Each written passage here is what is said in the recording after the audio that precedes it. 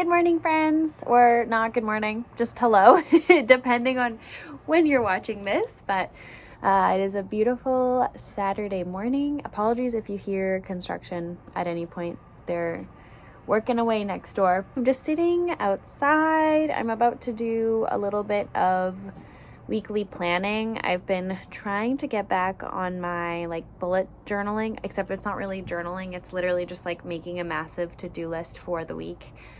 Really just because it feels so satisfying to tick that box.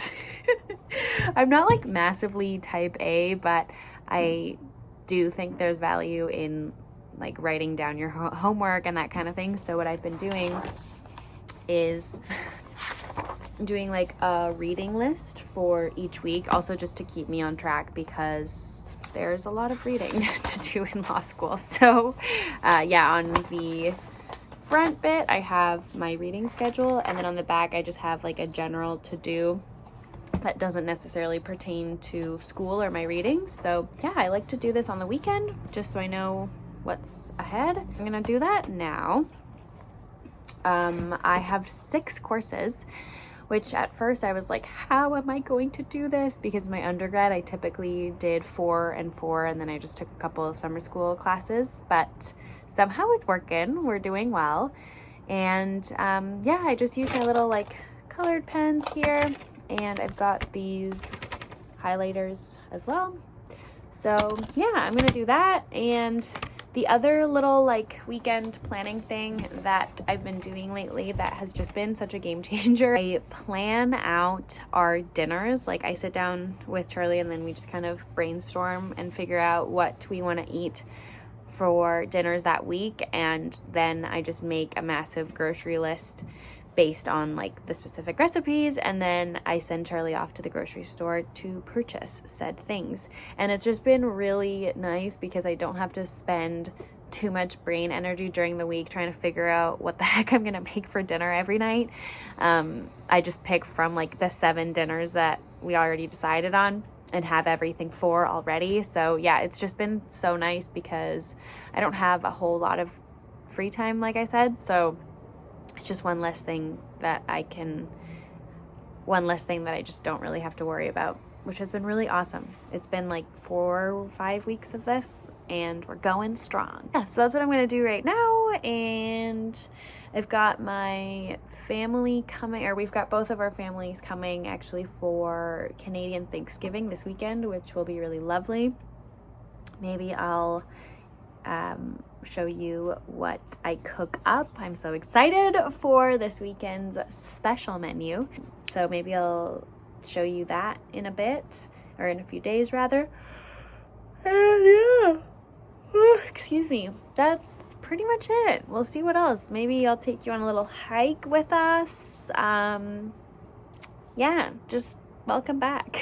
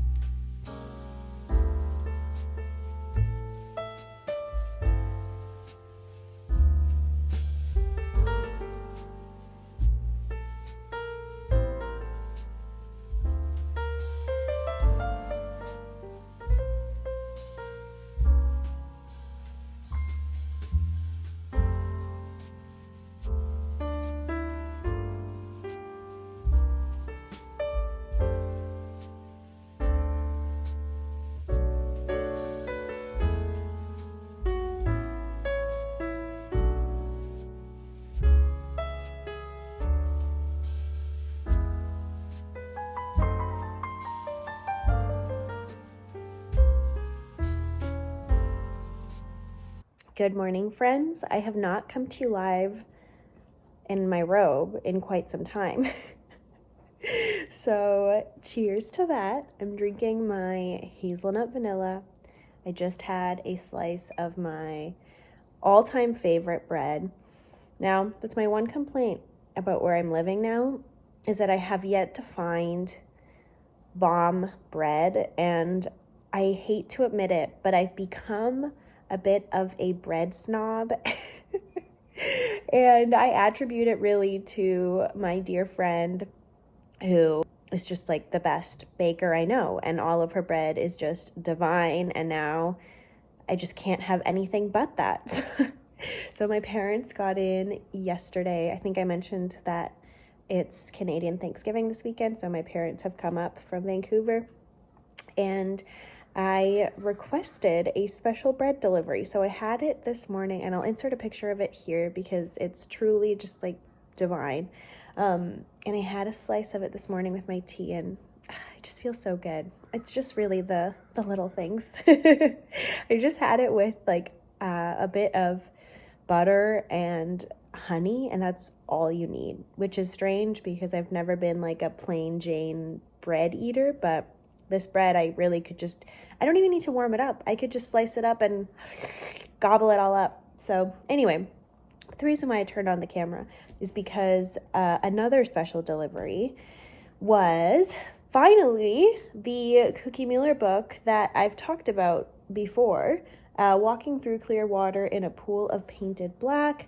Yeah, sorry. I thought I maybe mispronounced. But yeah, I spoke about this a while ago when I was talking to you about Helen Oyeyemi's like favorite books, and this is one that she said she comes back to time and time again, or that it changed her worldview, something epic like that, and it was an instant buy. So yeah, I bought it in August, but the bookstore hadn't received it until semi-recently, and obviously I'm not there, so I couldn't pick it up myself, but my dad did the honor, so I'm just so stoked to read this. And I remember having a little blurb telephone moment because I was reading a Helen Oyeyemi book, and I discovered this through me doing some sleuthing in terms of finding out Helen Oyeyemi's favorite books, and then I found this, and this has an introduction by Olivia Lang, and I had just purchased Funny Weather that day. So I feel like perhaps I could do a blurb telephone situation, although that would literally take us until the end of the year, so I'm not going to commit to that. But just know, Julie, I'm thinking about your tag, and conceptually, I'm doing the tag. So anyways, I'm not sure if I should start this or the Rabbit Hutch, like I said yesterday, because this is just has been on my mind for a while and on my TBR for a while. And I just got super excited when I finally got my hands on it yesterday. So I think what I'm actually going to do, which is not something I've ever done, but I think I'm going to read the first couple pages and see which one pulls me in deeper. I think that's what I'm going to do. But regardless, I'm just so happy that I finally have my copy. And coincidentally, again, I'm just trying to find as many parallels as I possibly can, but it's published by the same folks as I Love Dick by Chris Kraus. So not the least bit shocked by that, to be honest, because it makes sense. Also, another last little thought about this book is I'm very curious to see Cookie Mueller's style of writing and just the stories that she's going to share in this work, because she from the very brief and surface level kind of Google search that I did of this author, she kind of gave me Eve Babbitt's vibes. So yeah, I'm curious to see if I can confirm or deny that inkling or that assumption that I, for whatever reason, have. So anyways, yeah, I'm going to do some schoolwork, though. No pleasure reading yet. I have to do my property readings, and I'm trying to do it early in the morning because, like I said, this weekend's going to be pretty family heavy. So yeah, I'm going to do my property readings. I already did my contracts earlier today, and I did constitutional law yesterday morning. So we are doing well. Please let me know if weaving in some law stuff into these vlogs is uninteresting to you, and I'll stop because that's just kind of niche, and the majority of you probably don't want to or aren't in school, so don't really care. But yeah, just let me know. But yeah, I'm going to do, like I said, a bit of property reading. I might have another slicey poo of that delicious bread. And yeah, treat yourselves to some nice bread this weekend and you'll thank me. Actually, no, you'll hate me for it because then you're gonna now spend like more than you should be spending on wheat, but sorry. What can I say? I'm a bad influence.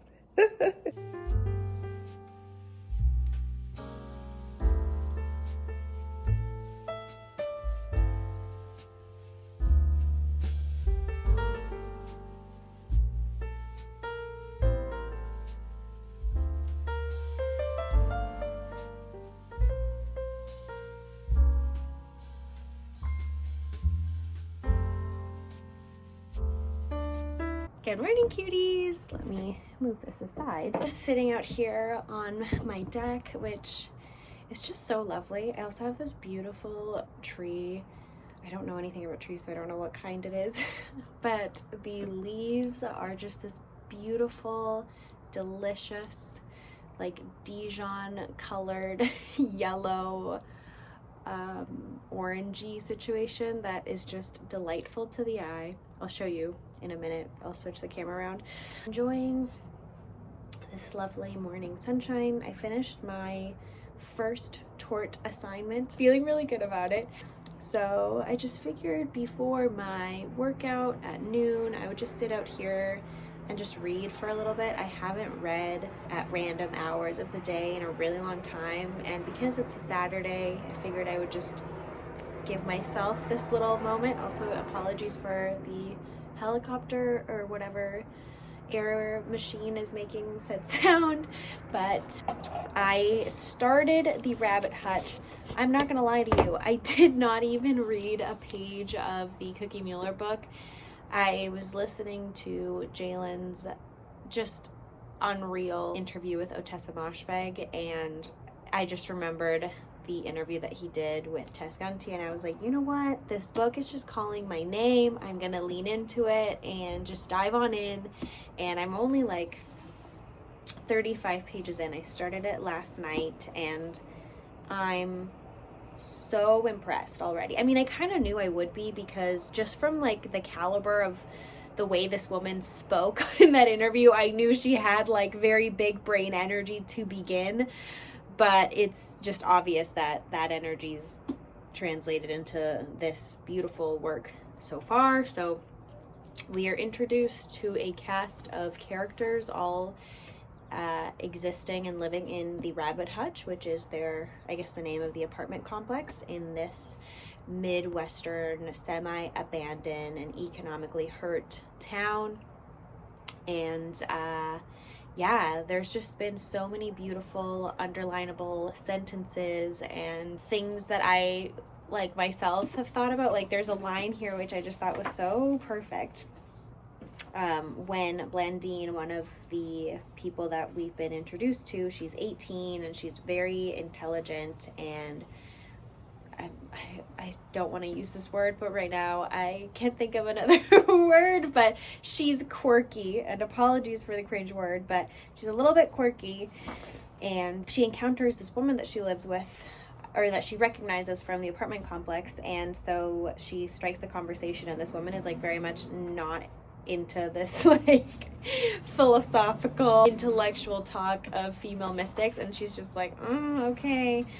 And so let me redo this. She says, "It's weird, right? Living so close to people you know nothing about." "Indeed," responds the woman politely. She attaches her gaze to the machines, obviously longing for a return to the standard script, which demands nothing of strangers in public spaces but the exchange of a few half smiles to indicate that you won't knife each other. Like, how good is that? So true. So freaking true. What else has been catching my eyes? I thought this was also a really nice sentence. "Lowliness grips Blandine with the force of a puppeteer." It's just, the writing has just been really lovely. There's just been some like very like, yes kind of lines. And yeah, I'm gonna read "Where Life Lives On." It's also very poetic, I must say. Just 35 pages in, but more or less at this point, I can kind of gauge whether I'm gonna fuck with something or not. I think I've read enough to kind of tell, although I'm open to my mind being changed. Yeah, I think this is gonna be a really, really good read.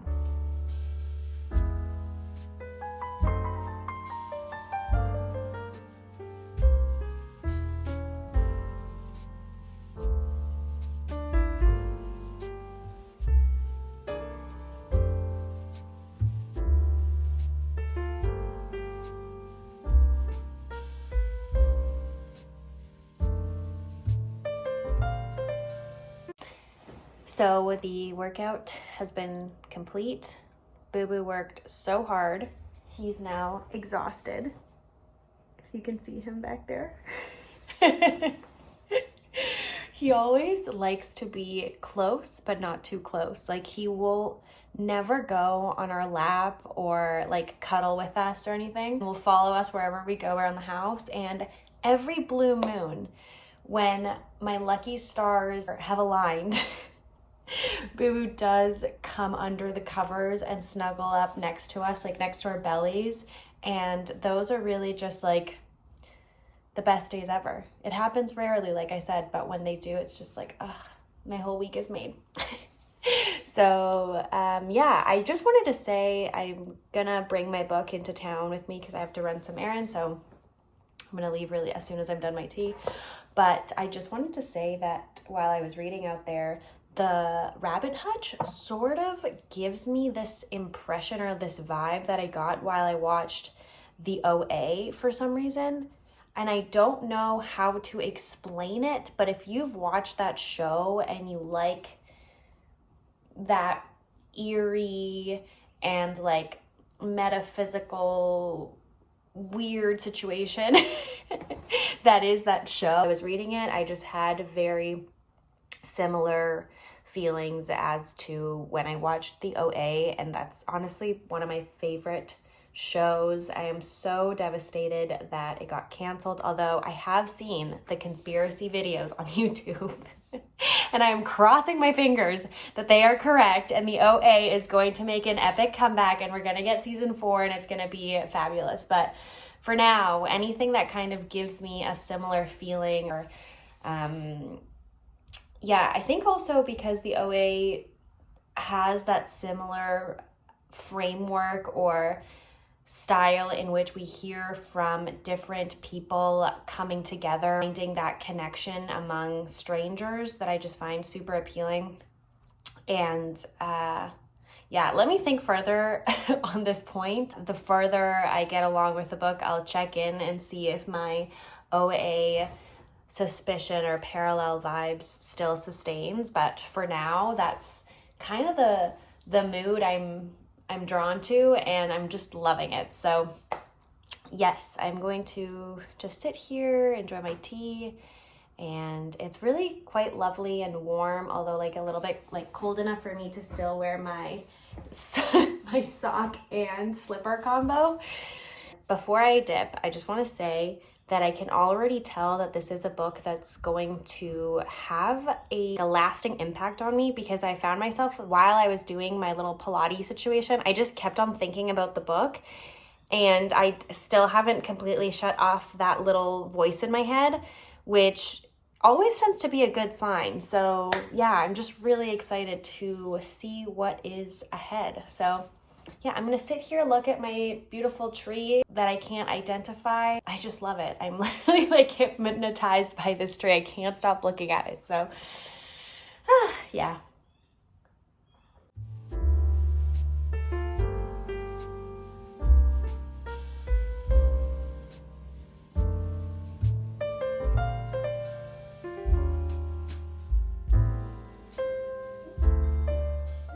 Friends, so we are in my kitchen. I just got back from school / the grocery store, and I'm craving these little pumpkin and white chocolate blondies that I made several weeks ago, and I've just been craving them ever since.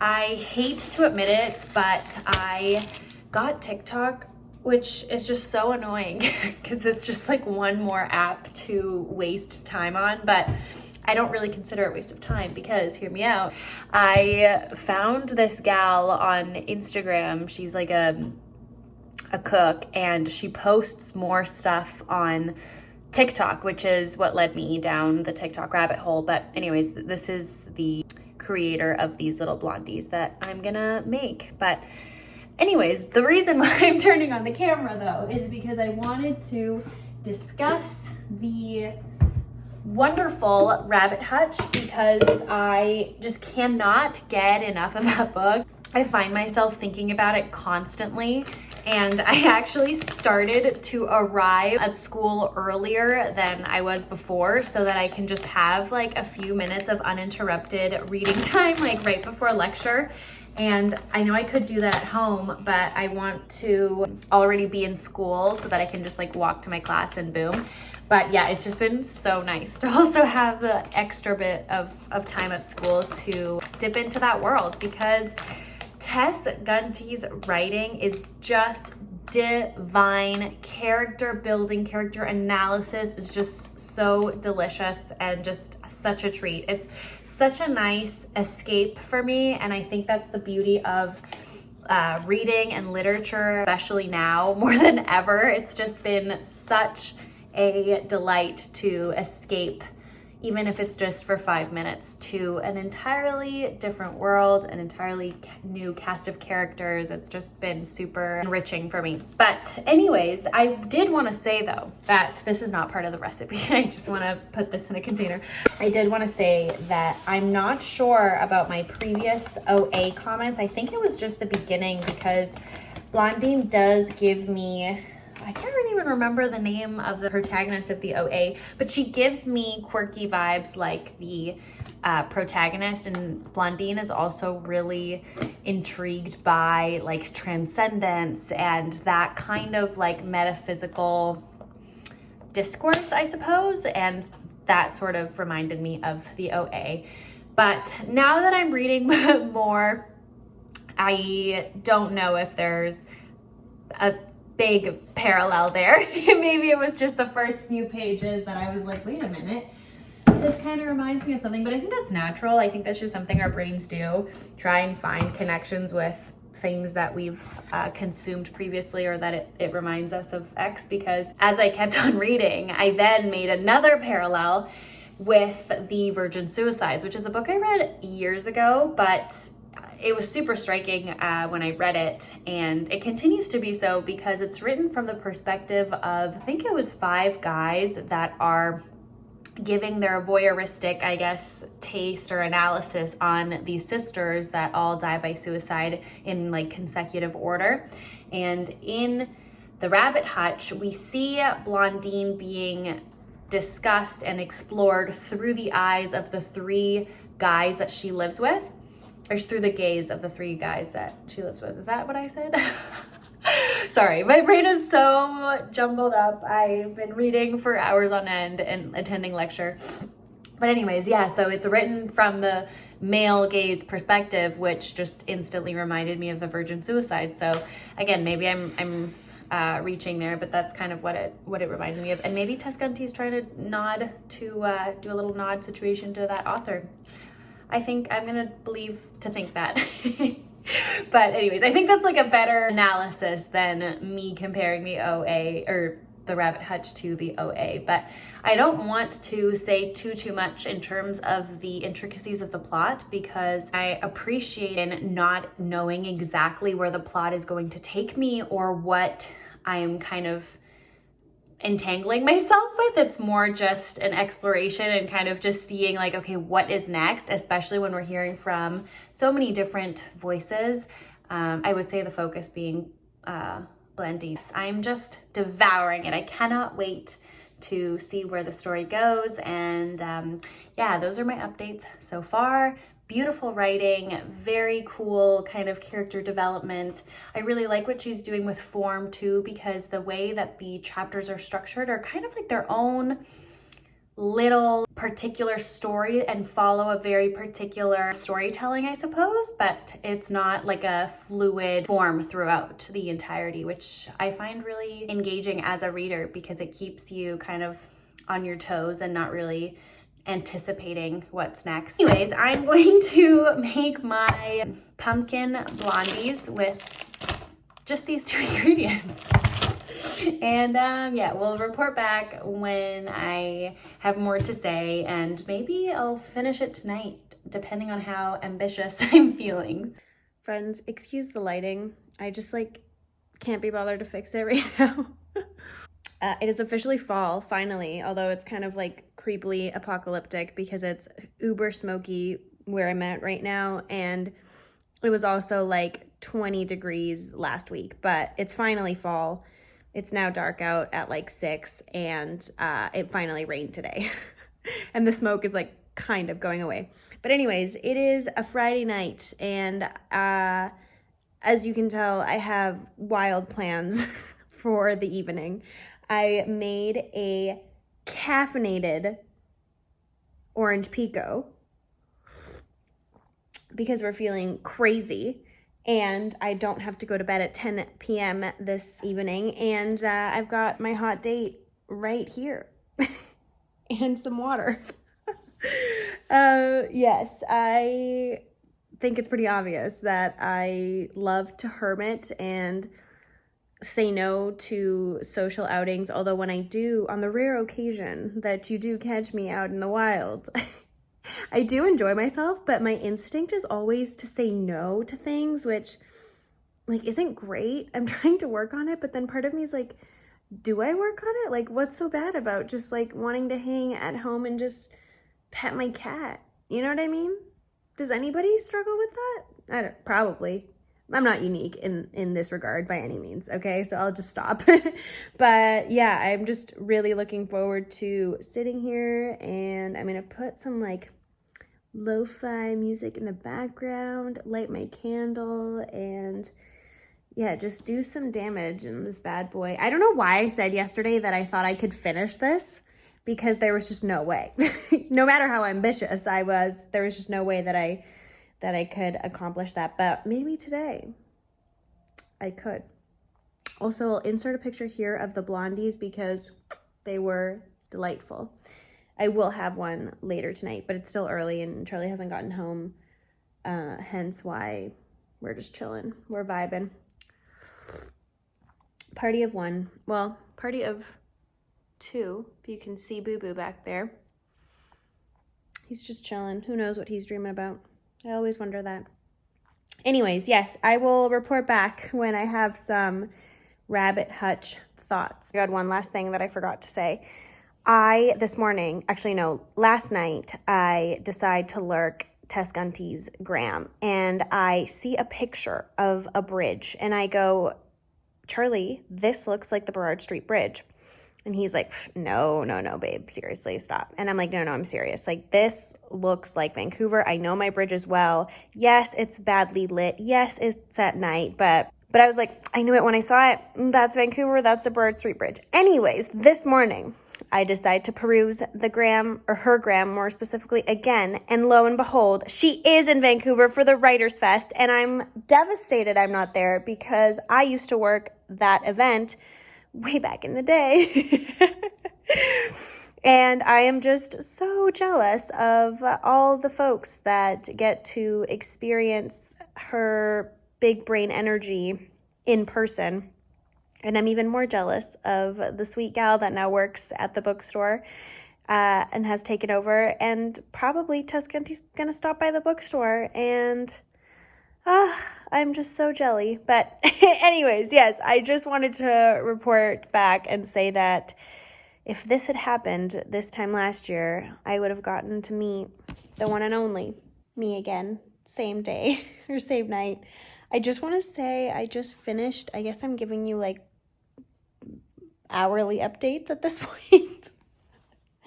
But I just finished the chapter concerning the pregnant woman and her husband pre-pregnancy.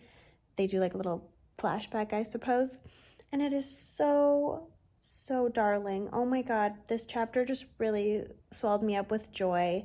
The way that Tess Gunty writes about love, intimacy, and tenderness between two humans is just so precious. And I just don't read a whole lot of that, like healthy relationships and like just genuine love between partners was just really delightful to read. And like I said, just not something that I read a whole lot. So it was just so wholesome and beautiful. So in case you are reading this also, or when and if you do, let me just give you the name of this chapter, because when you get to it, you'll think of me, and it's literally a perfect chapter.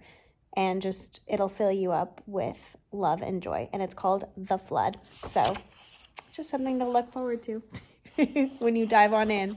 But anyways, yeah, that was so sweet.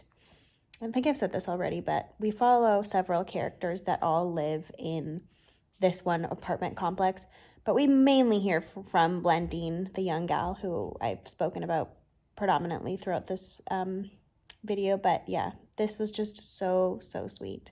Hope and Anthony are the couple that I think live below Blondine, if I'm not mistaken. But anyways, yes, this is their chapter. Now we're moving on to Moses. So yeah, maybe hopefully this will be the last update of the night. Apologies again for the terrible lighting. My cat needs to be fed. Friends, we are leaving the hermit hole tonight.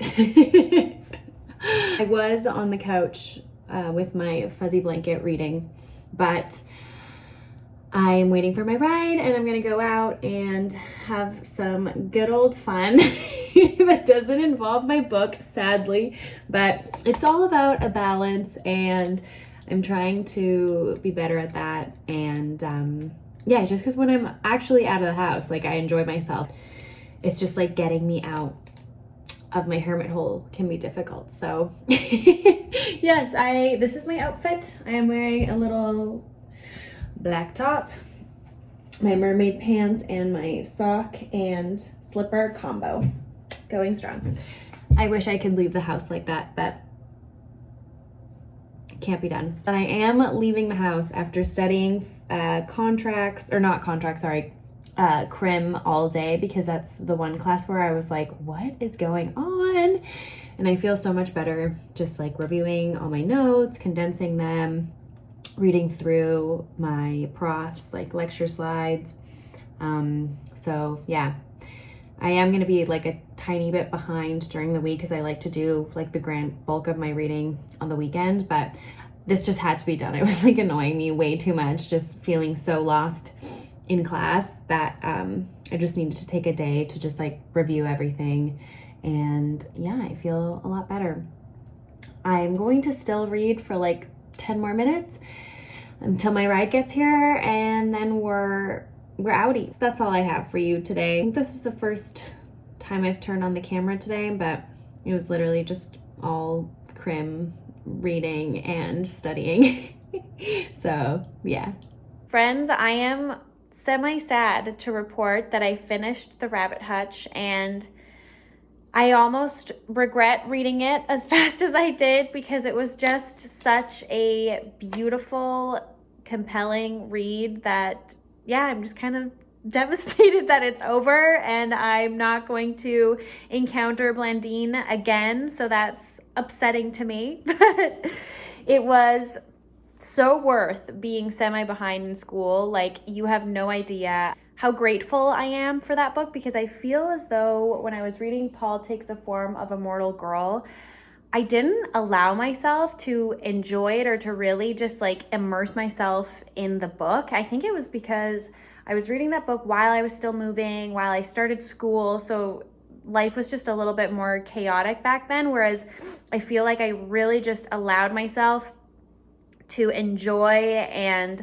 appreciate this beautifully crafted world and characters. And it just really swept me off my feet. And it just reminded me of how beautiful and how important reading and storytelling is for me. And it was just such a beautiful escapist medium that allowed me to just, yeah, enjoy myself more than I have these days when it comes to reading. I honestly think I'm going to say that the Rabbit Hutch has definitely made it to my top, I don't know, like I haven't actually ranked my reading this year, but like my top 5 this year. I can't stop thinking about it. I finished it last night and I'm just like numb now.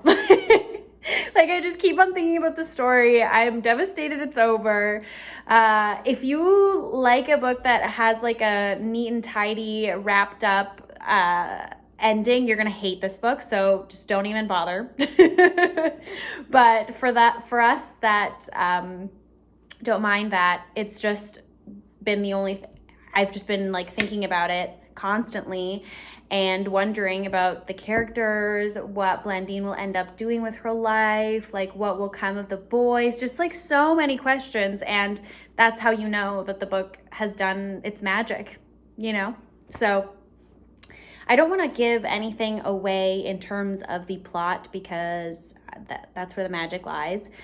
But I will say that Blandine has to be my favorite female character that I have read this year, along with the protagonist of The Seas by Samantha Hunt, my other favorite that I have talked about on plenty of other occasions already, so I will spare you this time. But those two gals truly have my heart. They are just such precious, beautiful, intelligent, and so compassionate, and just the ways that they look at the world are so beautiful, and I just want to hold them and just never let them go. So yeah, Blandine, stunning, beautiful character that I completely fell in love with, and I just wish her nothing but the best. This is how you know, like I said, like when you start thinking of characters as real people, I mean, like what more could an author want for their work to transcend the page and just like become a person that the reader becomes really emotionally attached to and invested in. So yeah, just beautiful story. Cannot recommend it enough. It's so unique and such a strong, beautiful narrative, and just there's so many different lenses through which to analyze this book. It talks about the environment. It talks about the disillusionment in our society, in social media. Like, it is an internet novel, you could say, but it's also about like climate disaster, like I just said. It talks about a city being super economically deplete and your attachment to place and trying to preserve whatever integrity the place still is hanging on to. And you're battling against oppressive forces that just want to cookie cutter the fuck out of your neighborhood or your town. And I don't know, there's just so many really compelling narratives and ideas that Tess Gunty is exploring through this work that just was so effective for me, and I just thought it was so perfect. I will say though, it is quite dark at times, especially towards the end, so maybe do a little bit of research before you dive on in. Just slight trigger warning, there is like animal sacrifice, and there is a uncomfortable relationship between a teacher and a student. So yeah, maybe do a little bit of research before you dive on in. It doesn't get overly graphic, but it is slightly uncomfortable and it is quite dark. So do your research, I will say that, but absolutely loved it. I cannot wait to hear any of you that have read it. I know Jalen obviously adored that book. I will link the interview downstairs with the genius that is Tess Gunty that Jalen interviewed. I will link that downstairs. And yeah, please go out and read this beautiful debut. I cannot wait to see what this author has in store for us. It was truly such a treat, and I'm just so thankful for her for this story, for getting me back into loving reading again. So yeah, now I'm gonna read the Cookie Mueller book, and I'm just so excited to dive into that. Now that I feel like I'm re-energized, I want to make even more space for reading, and right now I feel invincible and like I can do it all, but as soon as we approach midterm season, I'll probably just neglect reading again. But for now, I am riding this high, and I'm just stoked on life and just so excited that this book crossed my path. And thank you, Penguin Random House Canada, for just giving me this delightful treat and pleasure and honor that was reading that book. So I think my rant and gushing about the rabbit hutch is over. I hope you enjoyed this reading vlog. If you've also read the Cookie Mueller book, please let me know what your thoughts were. I I know Alex is reading it and Pato read it as well, and they both gave it rave reviews, at least so far, because I feel like Alex has only read a little bit. But anyways, yes. Well, I'm going to now do my riveting constitutional reading for tomorrow. There's a lot to unpack and try and understand, so we're back to our law reading, but at least I got to enjoy a few hours of delicious quality reading this past week. So anyways, thank you for sticking along, and we'll see each other soon. Bye.